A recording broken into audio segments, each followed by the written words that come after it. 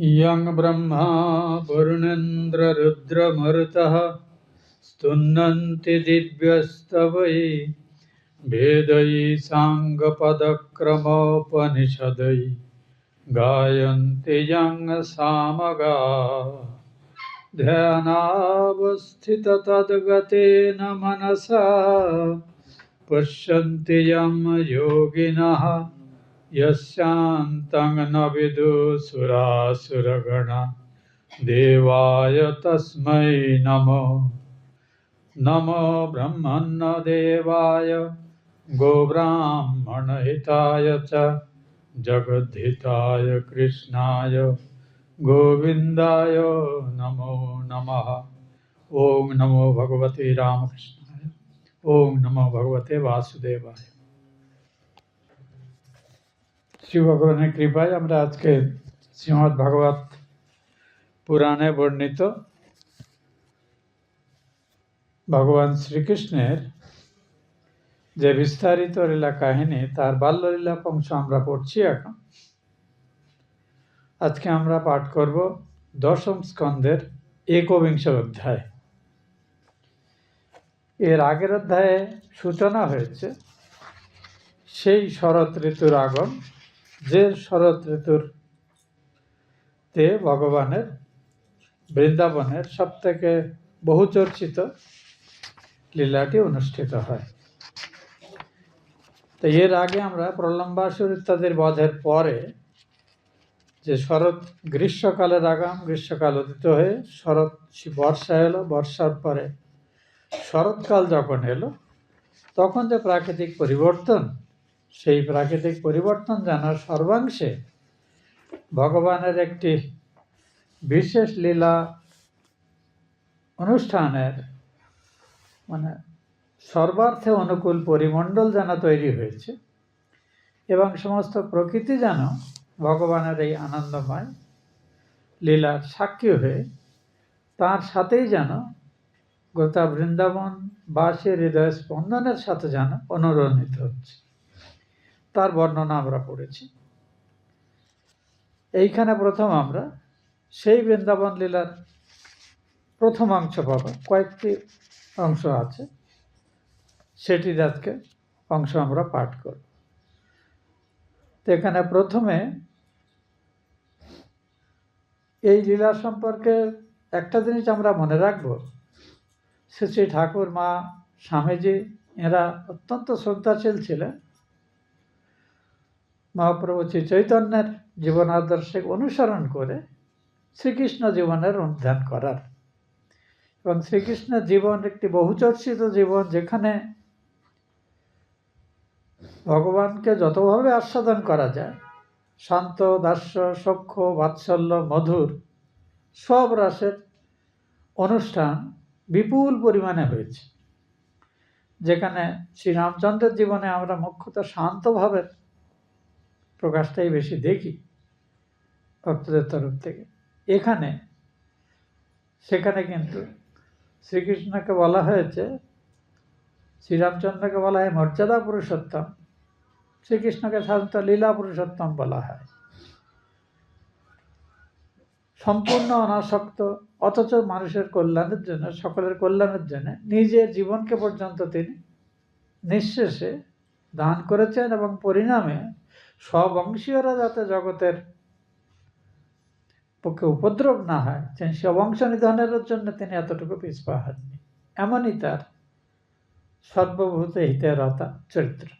তো এই চরিত্রকে বোঝা খুব কঠিন, এ নিয়ে বিতর্কও প্রচুর আছে। তার জন্য আমরা প্রথমে আমি একটি বিখ্যাত ভজন আছে যেটি আমার খুব পছন্দ, এই ভজনটি আপনাদের শোনাবো আমি। আপনার মধ্যে খুব কমজনই এটি শুনেছেন আমার নিশ্চিত ধারণা, একটু পুরোনো যারা তারা হয়তো জানবেন, বাকিদের না শোনারই কথা। দিলীপ কুমার রায়ের ছেলে, দিলীপ কুমার রায় ছিলেন দ্বিজেন্দ্রলাল রায়ের ছেলে। তিনি অকৃতদার ছিলেন, বয়সে নেতাজির থেকে 2 বছর বড় ছিলেন। আমি তার নিজের মুখেই একটি বক্তৃতাতে গোলপার্কে শুনেছি। তিনি দ্বিজেন্দ্রলাল রায় স্মৃতি বক্তৃতাতে এসেছিলেন সম্ভবত 1975-এ। তখন আমরা কলেজে পড়াশুনো করি। তো গোলপার্কে এসেছিলেন, তাকে দর্শন করার এবং প্রণাম করার সুযোগ হয়েছে আমার। তিনি সঙ্গীতে ভারতবর্ষের যত বড় বড় পুরস্কার আছে ক্লাসিক্যাল মিউজিকে সব পেয়েছিলেন, কিন্তু তিনি শ্রী অরবিন্দের আদর্শ অনুসরণ করে পণ্ডিচেরিতে অনেকদিন ছিলেন, কিন্তু বৈষ্ণব ভাবের প্রতি তাঁর অনুরক্তি বরাবর ছিল। শেষ পর্যন্ত তিনি পুনাতে যান, ওখানে আশ্রম করেন। তার একটি পালিত কন্যা ছিলেন, তিনিই তখন তার দেখাশোনা করতেন। তার বয়স তখন অনেক বেশি। মানে ঋষিকল্প চেহারা, এবং মানুষের চেহারাতে যে এতখানি ঔজ্জ্বল্য থাকে আমি দ্বিতীয় কোনো মানুষকে দেখিনি না। এবং লোকেদের প্রণাম আনার জন্য মেন গেট বন্ধ করা হয়েছিল। আমি যেহেতু ওখানে রেগুলার যেতাম, রাস্তাঘাট চিনতাম, তার জন্য তাকে প্রণাম করার সুযোগ হয়েছিল।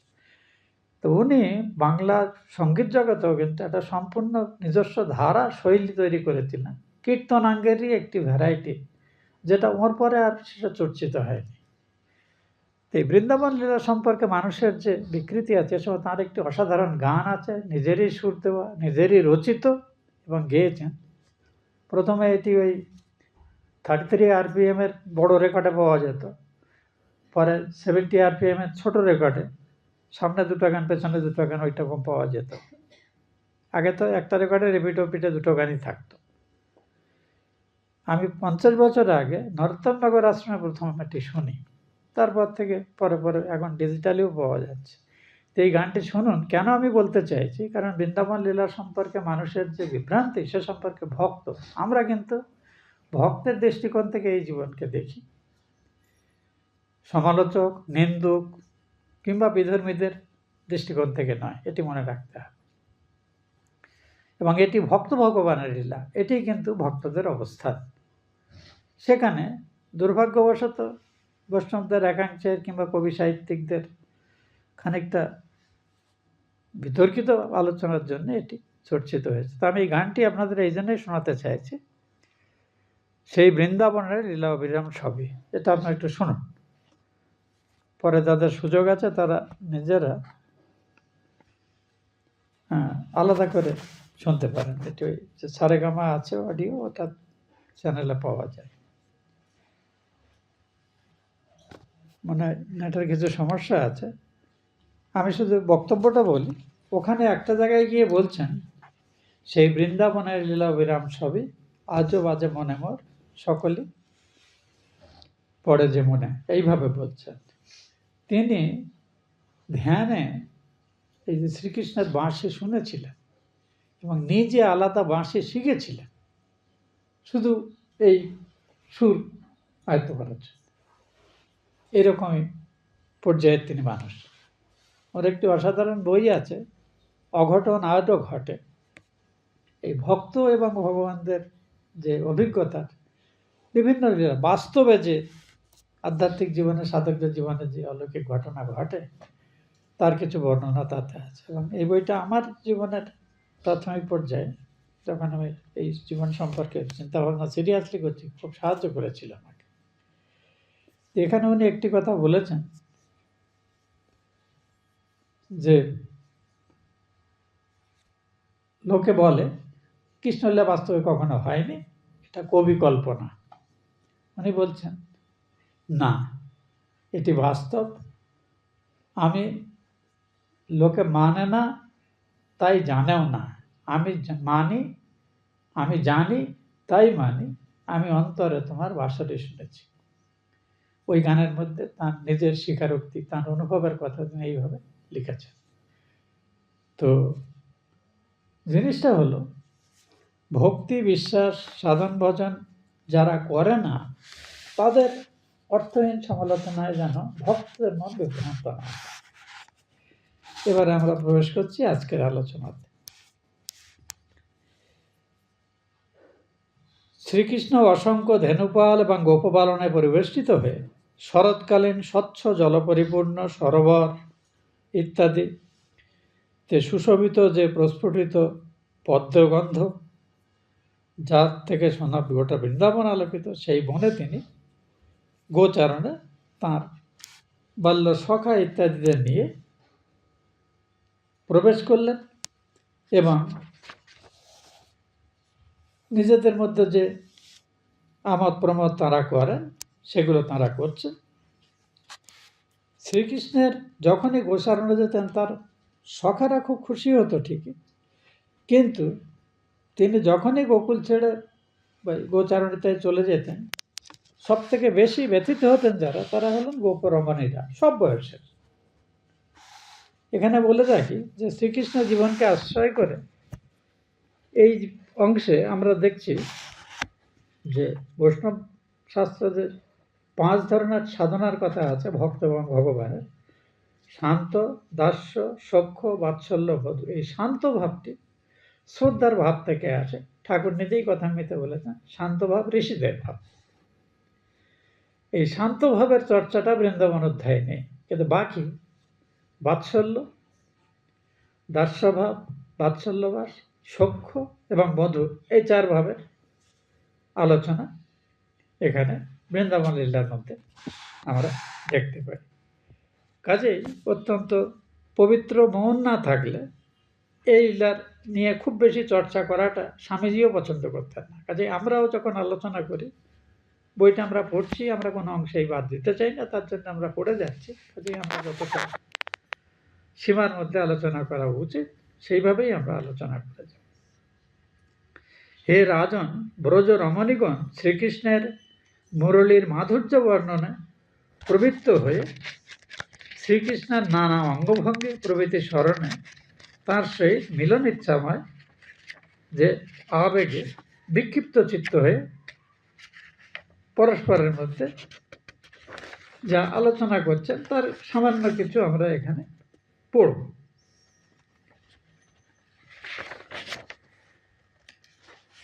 বৃন্দাবনে যিনি প্রবেশ করছেন যখন, সেই শ্রীকৃষ্ণের যে বর্ণনা, সেই শ্লোকটি বড় সুন্দর।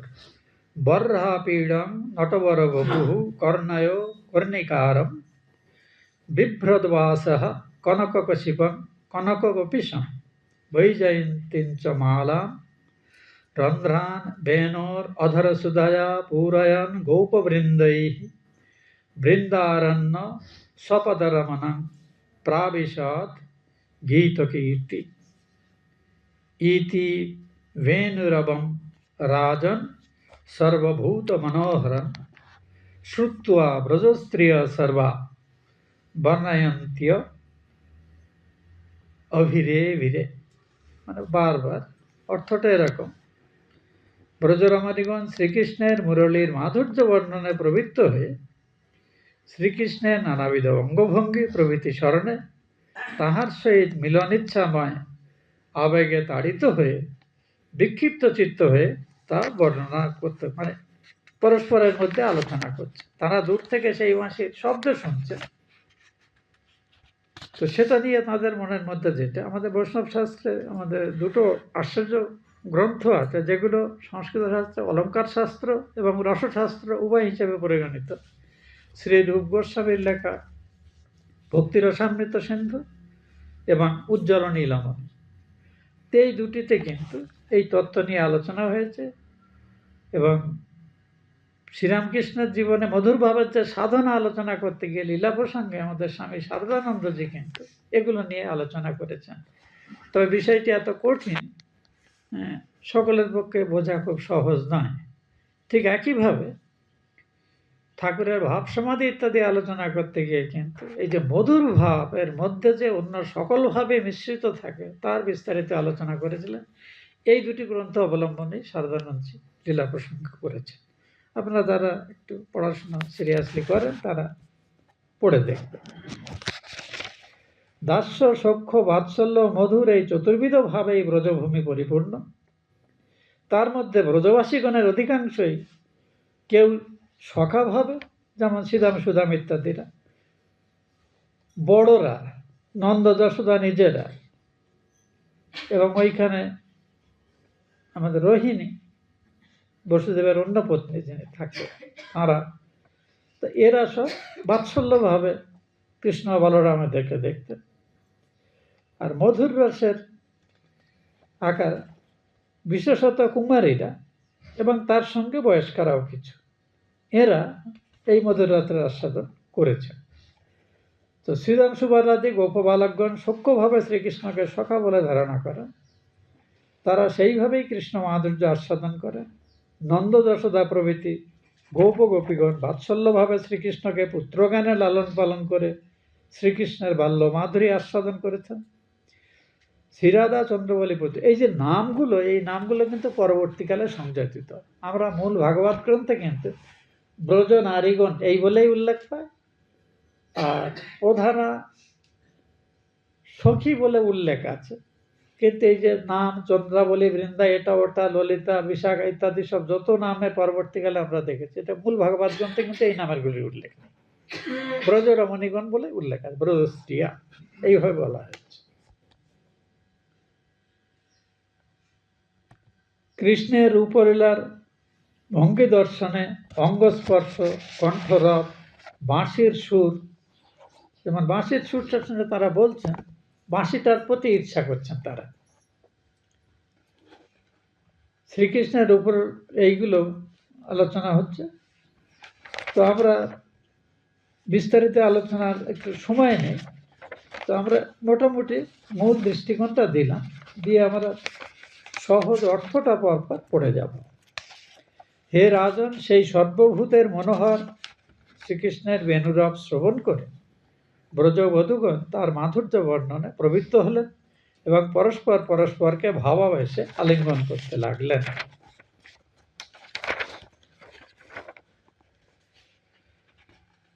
গোপীগণ বললেন, শ্রীদাম সুদাম বলরামাদি গোপ বালকবৃন্দ পরিবেষ্টিত হয়ে আমাদের গাভীদের পশ্চাতে পশ্চাতে থেকে যারা বিভিন্ন সংকেত, মধুর শব্দ ইত্যাদি করে বন থেকে বনান্তরে যায়, সেই ব্রজ বালকেরা ভাগ্যবান, কারণ তারা শ্রীকৃষ্ণ এবং বলদেবের এই মধুর ধ্বনি, তাদের সঙ্গে আনন্দময় যে দৃষ্টি বিনিময়, তাদের অতুলনীয় শারীরিক সৌন্দর্য ইত্যাদি ক্রমাগত আস্বাদ করতে পারে এবং তাদের নয়ন সার্থক করে।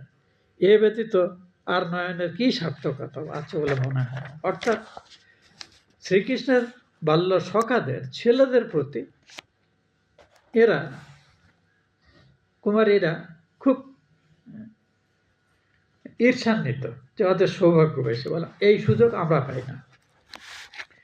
ব্রজরাজ নন্দন শ্রীকৃষ্ণ এবং বলদেব যখন নব নব আম্রপল্লব, ময়ূরপুচ্ছ, পুষ্পস্তবকে চূড়া সুশোভিত করে কর্ণে কর্ণিকার, কানের অলঙ্কার, দক্ষিণ হস্তে লীলা কমল, গলদেশে বৈজয়ন্তী মালা এবং কোটি তটে পীত নীল বসন ধারণ করে বিচিত্র বেশে সুসজ্জিত হন এবং কখনো কখনো গোপালক গোষ্ঠীদের মধ্যে অবস্থিত হয়ে নৃত্য, গীত, অভিনয়, ক্রীড়াদি করেন, তখন শ্রেষ্ঠ অভিনেতার ন্যায় তাদের কি যে অতুলনীয় শোভা বিকাশ হয়েছে আর কি বলবো।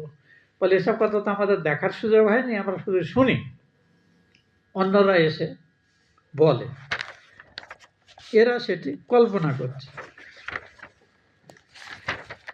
তারপরে আছে এখানে এই ধরনের যে মনোভাব যেটা কবিদের, এটা নিয়ে আমি আলোচনায় পরে যাচ্ছি। হে সখীগণ, না জানি এই নিরস দারুময় বেণু অর্থাৎ বাঁশিটাকে হিংসে হচ্ছে।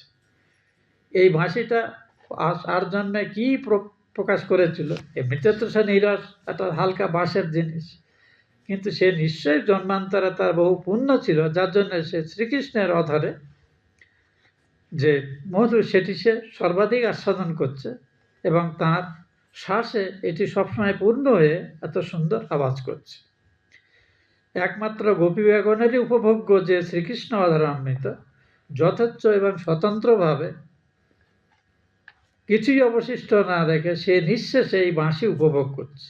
তার সৌভাগ্য মানস, গঙ্গাদি নদীরা যেখানে শ্রীকৃষ্ণ ক্রীড়াচ্ছলে বন্ধুদের নিয়ে স্নান করেন, সাঁতার কাটেন, তারাও কিন্তু এই সৌভাগ্য থেকে পায়নি।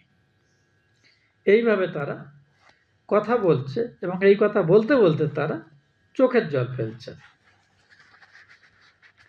শুধু তাই না, তারা বলছেন যে বৃন্দাবনের বৃক্ষগুলো যারা ফুল ফল ইত্যাদি দিয়ে তাদের সেবা করছে, তাকে ছায়া প্রদান করছে, ক্লান্ত হলে তার নিচে বসে তারা বিশ্রাম করেন। এরাও ভাগ্যবান, কিন্তু আমরা ইচ্ছা থাকলেও তার সেই সেবা করতে পারছি না। হে সখী, এই বৃন্দাবন বৈকুণ্ঠ আদি ধাম অপেক্ষা অধিকতর ভাবে ধন্য, কারণ এখানে ভগবানের পদধূলি পড়ছে, দেহধারী ভগবান এখানে চলাফেরা করছেন এবং তাঁর পদচিহ্নে এই বৃন্দাবনের ধূলি পবিত্রকৃত হচ্ছে। তাঁর বংশীনাথ শুনে প্রেমানন্দ বিহ্বল ময়ূরগুলো নাচছে এবং বনবাসী প্রাণীরাও আনন্দে যেন খাওয়া দাওয়া সব কিছু বন্ধ করে তাঁর এই মনোমুগ্ধকর বাঁশির ধ্বনি শুনছে। শুধু তাই নয়, এই যে পর্বত, সে একটি জড় জিনিস, কিন্তু তাতে যে গাছপালা ইত্যাদি থাকার ফলে এখানেই গোচারণের জন্য ভগবান যাচ্ছেন। কাজেই তাঁর সঙ্গ উপভোগ করে সেও কিন্তু তৃপ্ত হচ্ছে, কিন্তু সেই আনন্দের থেকে আমরাই শুধু বঞ্চিত। এইভাবে তারা নিজেদের যেন সর্বার্থে ভগবানের কৃপা থেকে বঞ্চিত মনে করছে। এরপরে এরকম আসছে, বনচারিণী হরিণীরা তারা বিবেকহীনা হইলেও তারা ধন্য, কেননা তারা শ্রীকৃষ্ণের বংশীনাথ শ্রবণ করা মাত্রই কৃষ্ণসারগণ সহ কৃষ্ণ সন্নিকটে উপস্থিত হয়ে বিচিত্র বিহার বেশে সুসজ্জিত নন্দনন্দনের দিকে সপ্রেমভাবে দৃষ্টিপাত করে এবং আন্তরিক সমাদর প্রদর্শন করে থাকে।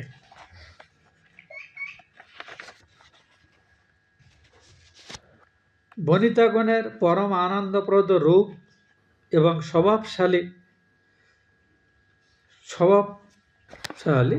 সর্বচিত্তাকর্ষক ব্রজরাজ পুত্র শ্রীকৃষ্ণকে এবং তাকে যে অপূর্ব সাজে তার মায়েরা সাজিয়েছে এবং তার এই যে যে বাঁশির আওয়াজ সেটা শ্রবণ করে এমনকি আকাশচারিণী দেবরমণীরা কিংবা অপ্সরারা তারাও পর্যন্ত মোহিত হয়ে যায় এবং তার সঙ্গ কামনা করে। তো আমরা যে তার জন্যে চিন্তা করে আকুল হচ্ছি, এতে আর আমাদের অপরাধ কোথায়? এতে তাদের এইভাবে তারা বলছেন যে শ্রীকৃষ্ণের সঙ্গ পেতে তারা আগ্রহী হচ্ছেন। তারপরে বলছে যে বৃন্দাবনের গাভীগণ এবং তাদের স্তনপানরত গোবৎসগণ ঊর্ধ্বরূপে স্থাপিত কর্ণপাত্রে করিয়া শ্রীকৃষ্ণ মুখ নির্গত বেণু থেকে উদ্ভূত যে আওয়াজ সেটি আস্বাদে করে। বাচ্চাগুলো মায়ের দুধ খাচ্ছিল, গোবৎসগুলো, যখনই শ্রীকৃষ্ণ বাঁশি বাজাতে শুরু করলেন, বাচ্চাগুলো দুধ খাওয়াও বন্ধ করে কান খাড়া করে তার বাঁশির আওয়াজ শোনে। এটা তারা বলছে। নয়ন দ্বারার হৃদয়ে প্রবিষ্ট কৃষ্ণকে আলিঙ্গন করে অশ্রুব্যাপ্ত নয়নে নিষ্পন্দভাবে তারা অবস্থান, যেন তারা ওই বাঁশি শুনে চোখ বন্ধ করে ওই বাঁশি বাদককে তারা ধ্যান করতে করতে তাদের হৃদয়ে অবস্থান করে। দেখুন, মানুষ যখন অত্যাধিকভাবে গভীরভাবে আবেগ দ্বারা তাড়িত হয়, তখন তার কাছে সব জিনিসগুলোর ব্যাখ্যাটা তার মনের অনুসারী হয়ে ওঠে। এখানে সেইভাবেই এই কুমারী কন্যারা ভাবছেন। তারপরে এখানে খুব বিস্তারিত আলোচনা আছে, আমরা তার মধ্যে যাচ্ছি না। মা গো, এই বৃন্দাবনে যে সমস্ত পাখি বাস করে তারা সকলেই আত্মারাম, কেননা তারা বিচিত্র পল্লব, অঙ্কুর ইত্যাদি দ্বারা শোভিত বৃক্ষে আরোহণ করে এক শাখা থেকে আর এক শাখায় যায়, ফল খায় এবং এই কৃষ্ণকে দর্শন করে এবং তার খাওয়ার জন্য ফল ছিঁড়েও নিচে ফেলে দেয়, যাতে তিনি সহজে সেটা খেতে পারে। শাখায় উপবেশন করে মুরলীনাথ ব্যতীত সর্ববিধ শব্দেরই শ্রবণ ভাষণাদি পরিত্যাগ করে অর্ধনিমিলিত নয়নে কৃষ্ণের মুরলীনাথ শ্রবণ করে থাকে। তাদের নিজেদের এটি অত্যন্ত মোহময় এবং আকর্ষক মনে হচ্ছে, ভাবছেন সমস্ত গাছপালা পশু পাখি তারাও একইভাবে ভাবছে। যমুনা, মানস, গঙ্গা প্রভৃতি যেসব বৃন্দাবনের নদী আছে তারাও শ্রীকৃষ্ণের বেণুগীত শ্রবণ করে মদনমোহিত হয়ে যায় এবং তারা আবর্ত সমাকুল, অর্থাৎ তাদের বড় বড় ঘূর্ণি তৈরি করে তারা যেন নিজেদের এই আবেগকে প্রকাশ করে এবং কখনো কখনো একেবারে স্থির হয়ে যায়, যেন তারা চলতেই ভুলে যায়, পাছে তারা দূরে চলে গেলে আর তার বাঁশির ধ্বনি শুনতে না পায়।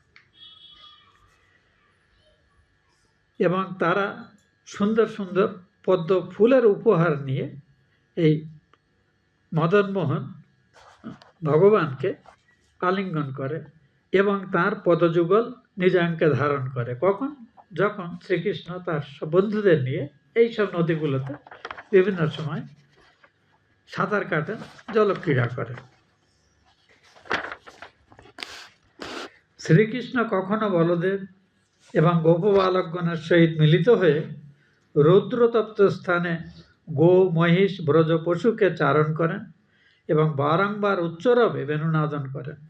তখন মেঘ সেই বেণুধ্বনি শুনে আকাশে উত্থিত হয়ে তাদের যাতে এই রৌদ্রের তাপে যে কষ্ট হয়েছে সেটা থেকে তৃপ্তি দেওয়ার জন্য তারা তার উপরে বৃষ্টিপাত করে, বাণী বর্ষণ করে।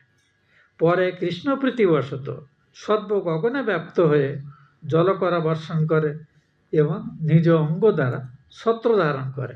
প্রথমত তাকে ছায়া দিয়ে তার ক্লান্তি দূর করে, তারপরে তাকে উপরে বৃষ্টিপাত করে তাকে শ্রান্তি দূর করে। তারপরে তারা ভাবছেন এই শ্রীকৃষ্ণের যেসব পথ দিয়ে গেছেন এতটাই তার প্রতি তাদের মনের অনুরক্তি যে তারা সেই সব ধুলো নিয়ে তারা নিজেদের সর্ব অঙ্গে লিপ্ত করে তারা যেন মনে করছেন যে আমরা তার পায়ের রেণুকে আমাদের অঙ্গে ধারণ করতে পেরে কৃতার্থ বোধ করছি। তো এইরকম বর্ণনা এখানে সব দেওয়া হয়েছে। এই যে বর্ণনাটি এই অধ্যায়ে করা হয়েছে এর পরের অংশে আমরা পড়ব, তারপর আর একটু বাকি আছে।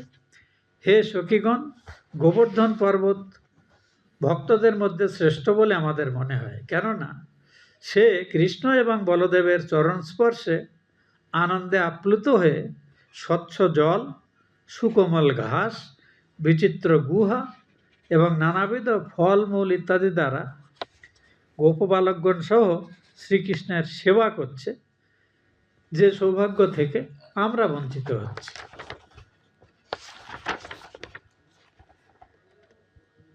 তারপর এই অধ্যায়ের এটি শেষ শ্লোক। হে সখীগণ, শ্রীদাম সুদাম সুবলাদি, এখানে বলি এই যে ব্রজ স্ত্রীদের মধ্যে আলাদা নামের কারোর উল্লেখ এখানে মূল গ্রন্থে আমরা পাচ্ছি না। ব্রজ স্ত্রীগণ, প্রধানা সখী, এই রকমের কিছু উল্লেখ আমরা পাই, কিন্তু তার সঙ্গীতের মধ্যে কিন্তু 7, 8, 8, 10 জনের নাম পাওয়া যায়, এর মধ্যে উল্লেখ আছে। তার মধ্যে শ্রীদাম ইত্যাদির কথা তো আমরা খুবই জানি, পরের অধ্যায়ে আমরা তাদের কয়েকজনের নাম পাব। শ্রীদাম সুবলাদি গোপবালকগণ সহ বনে বনে গোচার পরায়ণ, নির্যোগ এবং পাশভূষিত, অর্থাৎ গরু দোয়ার সময় মাঝে মাঝে যে গরুগুলো একটু দুরন্ত তাদের এই পা দড়ি দিয়ে আটকে রাখা যায়, তারা আঘাত করতে না পারে, তেমনি বাছুরগুলোকে ওই যতক্ষণ দুগ্ধ দহনকালে তারা এসে না করে তাদেরকে আলাদা বেঁধে দেওয়া যায়। তো বলছেন যে গোদহনকালে যেমন গাভী এবং বাছুর উভয়কেই রজ্জু দিয়ে বাঁধা হয়, শ্রীকৃষ্ণ এবং বলদেব যখন মধুর অস্ফুট ধ্বনি সমন্বিত তাদের অত্যন্ত তাদের সুললিত কণ্ঠ থেকে কথা বলেন কিংবা বাঁশি বাজান, তখন সমস্ত প্রাণীগণ পুলকিত হয়ে ওঠে। এতে অবাক হওয়ার কিছু নেই, কিন্তু আমরাও কিন্তু এতে আবদ্ধ হয়ে গেছি। বলে মনে হয়। কারণ আমরা সর্বক্ষণেও বলা যায় শয়নে স্বপনে জাগরণে সবসময় কিন্তু তাঁদের এই চিন্তা আমাদেরকে মনকে ভরিয়ে রেখেছে। নিজ নিজ সখীগণের নিকট গোপীগণ বৃন্দাবন বিহারী ব্রজনন্দনের এতাদৃশ নানাবিধ বিচিত্র ক্রীড়াবলী বর্ণনা করতে করতে একেবারে আত্মহারা হয়ে গেলেন। এবার এই জিনিসটাকে আমাদের বৈষ্ণব সাধক পণ্ডিতরা তারা কিভাবে বর্ণনা করেছেন সেই সম্পর্কে আমাদের একটু বলা। একটা সমস্যা যেটা আমাদের সাধারণ মানুষদের হয়, শ্রীকৃষ্ণ জীবনের এই অংশের পাঠ আমরা যখন করি, আমরা তো রক্ত মাংসের মানুষ, তো এই মাধুর্য রসকে আমরা পবিত্র শরীর মন না হলে পবিত্রভাবে দেখতে পারি না। এটাকে মানবীর যে কামজ প্রীতি আকর্ষণ ইত্যাদির সঙ্গে জড়িয়ে ফেলার একটি প্রবণতা আমাদের মধ্যে কাজ করে। শ্রেষ্ঠ শ্রেষ্ঠ বৈষ্ণব গোস্বামীরা তাঁদের এই যে ভক্তি গ্রন্থগুলোতে, যার মধ্যে যেটি বললাম বিশেষ করে রূপ গোস্বামীর রচিত ভক্তি রসামৃত সিন্ধু, যেখানে সাধনা ভক্তি, ভাবভক্তি এবং প্রেমভক্তির বিষয়ে বিস্তৃত আলোচনা হয়েছে। এর থেকে কিছু কিছু জিনিস আমাদের লীলা প্রসঙ্গেও ঠাকুরের জীবনের সাধনা ব্যাখ্যা করতে গিয়ে স্বামী শারদানন্দজি নিয়েছেন। আর উজ্জ্বল নীলমণি বইটিতে যে মধুর রসের ব্যাখ্যা দেওয়া হয়েছে, আমাদের সাহিত্য সমালোচকরা বলছেন এটি শৃঙ্গার রসেরই একটি আধ্যাত্মিক দৃষ্টিকোণ থেকে দেখার ব্যাখ্যা। তো সাধারণ সাহিত্যিকরা তারা কি বলে, কামনা বাসনাযুক্ত সাধারণ মানুষ, হ্যাঁ পণ্ডিতই আছে, কাজেই তাঁদের বুদ্ধি থেকে তারা এটি দেখতে পারেন না। এবং আশ্চর্যজনকভাবে আমাদের যে বিশাল সঙ্গীত সাহিত্য সৃষ্টি হয়েছে ভগবান শ্রীকৃষ্ণের জীবনকে আশ্রয় করে, সেখানে পদাবলী সঙ্গীতের, সেখানেও কিন্তু এই শুদ্ধ রসের ভক্তিভাবের আলোচনার থেকে যেন আদি রসের কিঞ্চিত প্রাধান্য কখনো কখনো লক্ষিত হয়। তো অত্যন্ত সন্তর্পণ, ওই জন্য স্বামীজি আমাদের বারবার সাবধান করেছেন যে এইগুলো নিয়ে আমাদের বেশি চর্চা না করে এই বাৎসল্য ভাবের আলোচনাটির মধ্যে আমাদের সীমাবদ্ধ যদি আমরা বেশি রাখি ভালো। তো আমরা যেহেতু গোটা বইটি পড়ছি, কিছু বাদ না দিয়ে আপনাদের একটি সামগ্রিক ধারণা দেওয়ার জন্যে এইটুকু আমরা পড়ার উপযোগী বলে মনে করলাম। এরপরে বাকি যেমন যেমন আসবে সেটি আমরা আলোচনা করব। যেটি মুখ্য কথা এখানে উল্লেখ করার মতো সেটা হলো যে শ্রীকৃষ্ণের যে অঙ্গসৌষ্ঠবের বর্ণনা যেটি দেওয়া হয়েছে, সেটি অত্যন্ত ধ্যান করার মতো একটি বর্ণনা। এবং এই যে প্রাকৃতিক পরিবেশ যার বর্ণনা, সেই প্রেক্ষাপটটি পড়লে যখন মনে হয় যে কথামৃত যখন মাস্টারমশাই তাঁর স্মৃতিকথা থেকে এবং নোট বই থেকে তুলে তুলে ঠাকুরের কথামৃত রচনা করছেন, কথামৃত বর্ণনা শৈলীতে দেখা যায় ঠিক এই ভাগবতের এই বর্ণনা শৈলী তিনি উদ্ভাবন করেছেন। যেমন সন্ধ্যাবেলা ঠাকুর মায়ের নাম করছেন, ওদিকে নহবতে রসন চৌকি বাজছে, গঙ্গা বইছে। মাস্টারমশাই এত সুন্দর বর্ণনা কথামৃতে আছে যে যেন যে গঙ্গা চলতে চলতে থেমে যাচ্ছে, এখানে মায়ের আরতির যে প্রস্তুতি চলছে সেটা শুনবে বলে তার জল যেন থেমে গেছে। দেখুন এই বৃন্দাবনের নদীগুলো যখন ভগবান বাঁশি বাজাচ্ছেন, তখন তারা যেন তাদের স্থগিত হয়ে যায়, জলের স্রোতটা শান্ত হয়ে গেছে। কখনো কখনো তারা যেতে চাইছে না, ওই জন্য ঘূর্ণি তৈরি করে একই জায়গাতে জলটা পাক খায় নদীতে যখন ঘূর্ণি তৈরি হয়। তো এটার মধ্যেও যেন তাদের ভগবানের বাঁশির আওয়াজটা যতক্ষণ শোনা যায়, তার জন্য যাত্রাটা যতক্ষণ হল্ট করে দেওয়া যায়, তার জন্য যেন জলগুলোও সজীব হয়ে গেছে। এই যে বর্ণনা, তো ভক্তিশাস্ত্রে এই জিনিসগুলোকে খুব গুরুত্বপূর্ণ।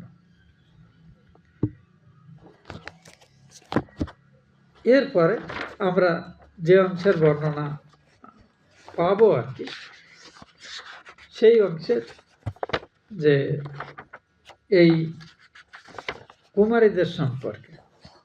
এরপরে একটি অত্যন্ত গুরুত্বপূর্ণ আলোচনা এখানে আমাদের মনে রাখতে হবে, যেটা এখানে শ্রী রাধা বিনোদ গোস্বামীর যে টিকা শ্রীমদ্ ভাগবতে, যেটা তিনি মূলত শ্রীধর স্বামীর টিকাকে অবলম্বন করে তার সঙ্গে বৈষ্ণব শাস্ত্রকারদের আলোচনা সব মিশিয়ে এটি করেছে। খুবই বিস্তারিত আলোচনা আছে সেখানে। তিনি বারবার কয়েকটি জিনিস বলেছেন যে সম্পর্কে আমাদের মনে রাখা খুব দরকার।